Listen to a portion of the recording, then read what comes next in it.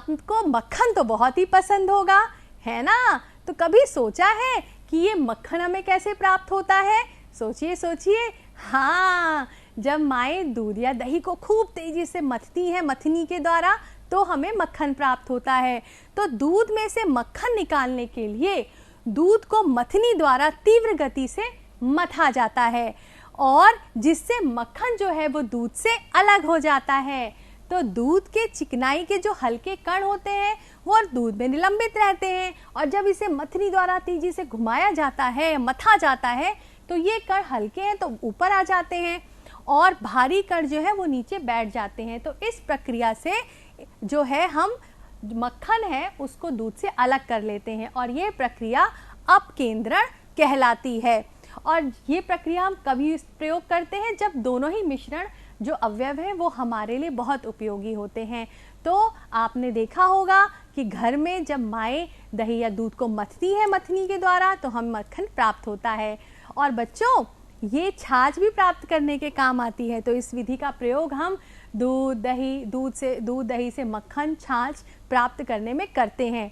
अगली बार जब माँ आपके लिए मक्खन निकाले तो आप माँ को ज़रूर बताना कि माँ, इस विधि का नाम है अपकेंद्रण। क्या नाम है इस विधि का? अपकेंद्रण। जी हाँ, सेंट्रीफ्यूगेशन, जिसके द्वारा आपको बहुत ही स्वादिष्ट मक्खन प्राप्त होता है।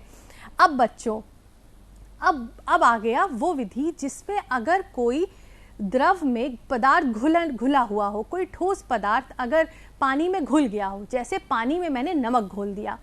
अब अगर हमें नमक को अलग करना हो, तब हम कौन सी विधि का प्रयोग करेंगे? तब जो विधि प्रयोग करते हैं वो है वाष्पन। जब घुलनशील ठोस पदार्थ को द्रव से अलग करना होता है तो हम जिस विधि का प्रयोग करते हैं वो है वाष्पन।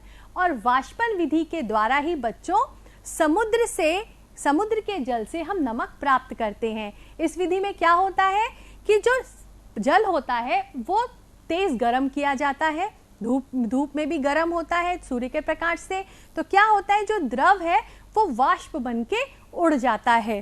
तो किसी द्रव का वाष्प में परिवर्तित होना वाष्पन, और यह प्रक्रिया वाष्पीकरण कहलाती है। बच्चों, ये प्रक्रिया आपने रोज अपने घर में भी देखते हैं। कहाँ? जब कपड़े फैलाते हैं, जो गीले कपड़े हम धूप में सुखाने के लिए डालते हैं, तो वहां पे भी यही प्रक्रिया होती है। तो यही वाष्पन की प्रक्रिया द्वारा जो द्रव है वो भाप बन करके उड़ जाता है। तो यह प्रक्रिया आपकी वाष्पन कहलाती है। तो द्रव का वाष्प में परिवर्तित होना वाष्पन कहलाता है। और अगर यही भाप किसी ठंडी सतह से टकराती है तो यह द्रव में परिवर्तित हो जाती है, और इस प्रक्रिया को हम संघनन कहते हैं।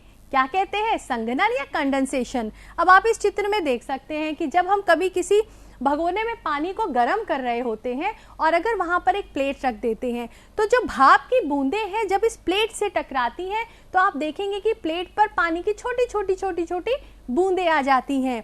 तो वो क्या होता है, तो वो जो भाप है वो ठंडी सतह से टकराकर द्रव में परिवर्तित हो जाती है, और यह प्रक्रिया संघनन कहलाती है। तो वाष्पन की प्रक्रिया में क्या होता है? द्रव का भाप में बदलना। तो द्रव का भाप में बदलना क्या कहलाता है? वाष्पन।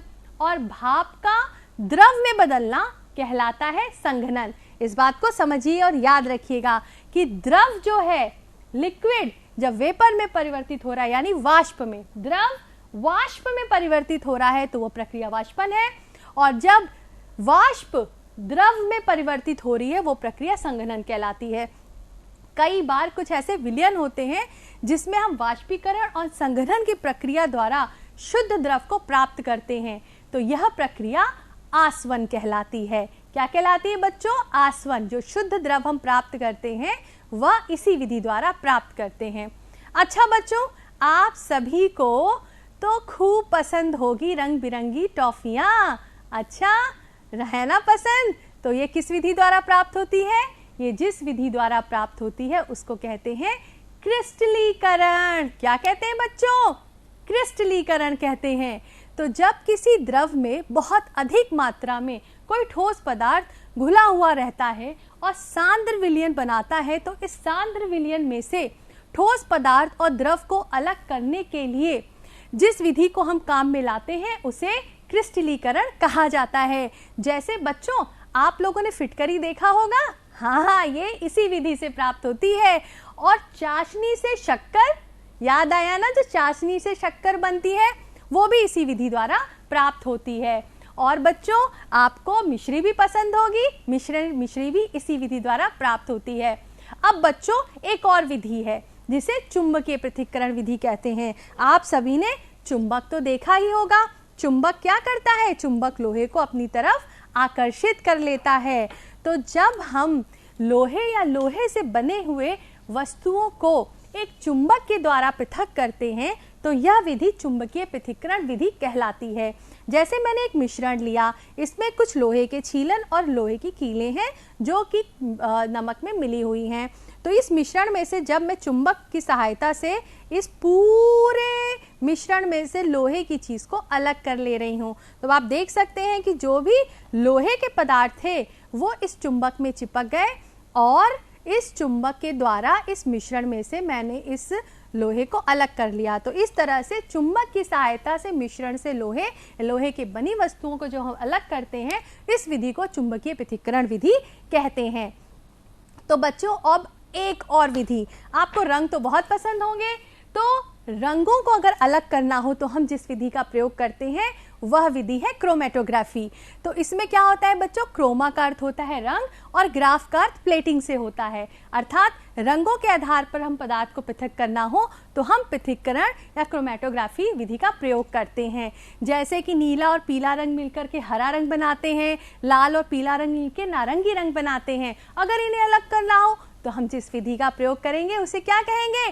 पृथक्करण की, तो हम उसे क्रोमेटोग्राफी कहेंगे। तो इस विधि का नाम है क्रोमेटोग्राफी, जिसकी सहायता से हम नीली स्याही से रंगों को इस विधि द्वारा अलग कर सकते हैं।